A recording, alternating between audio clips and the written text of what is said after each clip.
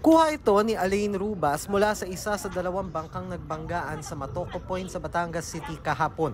Sa impormasyon ng Philippine Ports Authority mula sa Port Management Office ng Batangas, umalis ang MV Ocean Jet 6 sa Batangas Port bago mag-alas 11:30 kahapon papuntang Calapan Port.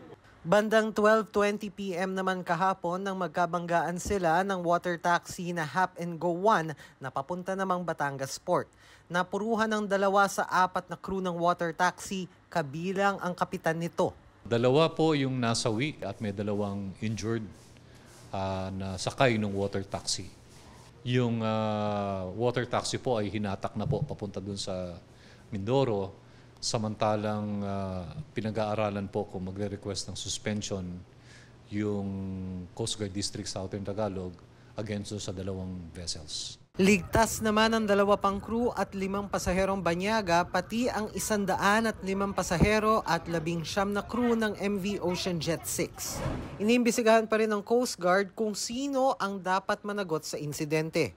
Iniimbestigahan na rin ng Marina ang insidente, partikular na ang seaworthiness ng 2 bangka. Habang nag-iimbestiga, suspendido muna ang Ship Safety Certificate ng 2 bangka.